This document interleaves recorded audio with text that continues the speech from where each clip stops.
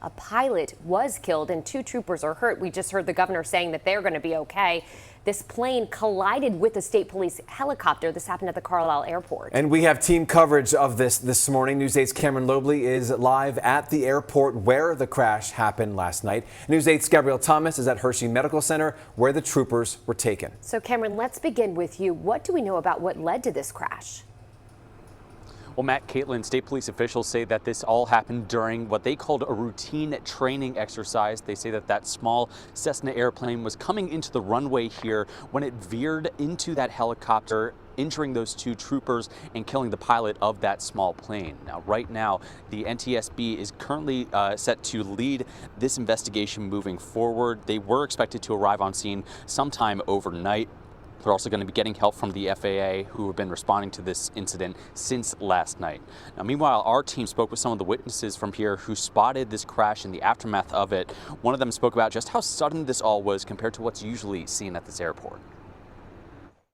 I'm here 6 days a week, and we're so used to helicopters and life flights and everything flying in. So this was like nothing out of the ordinary until we heard the crash.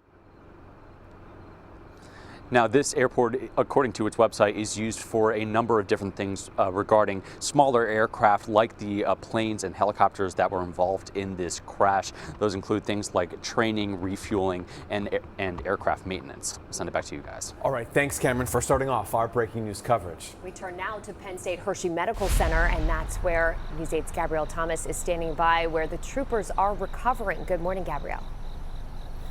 Good morning, Matt and Caitlin. Well, we do know that those 2 troopers were injured, but according to doctors, they are expected to be okay. Now, as we learn more about what happened, we're also getting a better look at the training that prepares these troopers for their work in the air. Now, that training is a big part of the job for the State Police Aviation Unit. Corporal Bryce Corman and Trooper Jason Mills are part of that specialized team, which supports investigations, transports, and other operations across the state. Now, we have learned that they spend hours training for different scenarios in the air, preparing them for the unexpected that can come with the job.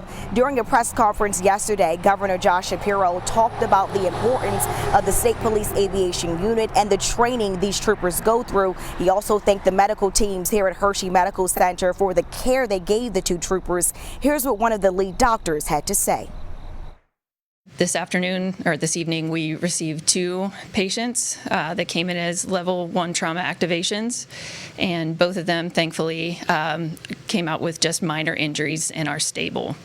I'd like to thank our pre-hospital colleagues, as well as my trauma team and all of the team that goes into taking care of these patients, and we're very grateful that our colleagues with the Pennsylvania State Police are doing as well as they are.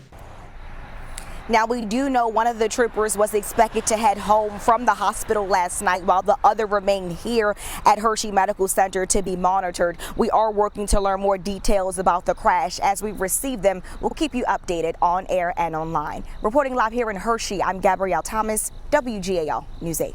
All right, thanks, Gabrielle. And the NTSB has investigated 4 crashes at Carlisle Airport in the last few years. In 3 of those crashes, no one was hurt. The last crash with injuries happened in October of 2020. The NTSB says in that case, the pilot of this plane crashed after trying to land in gusty winds.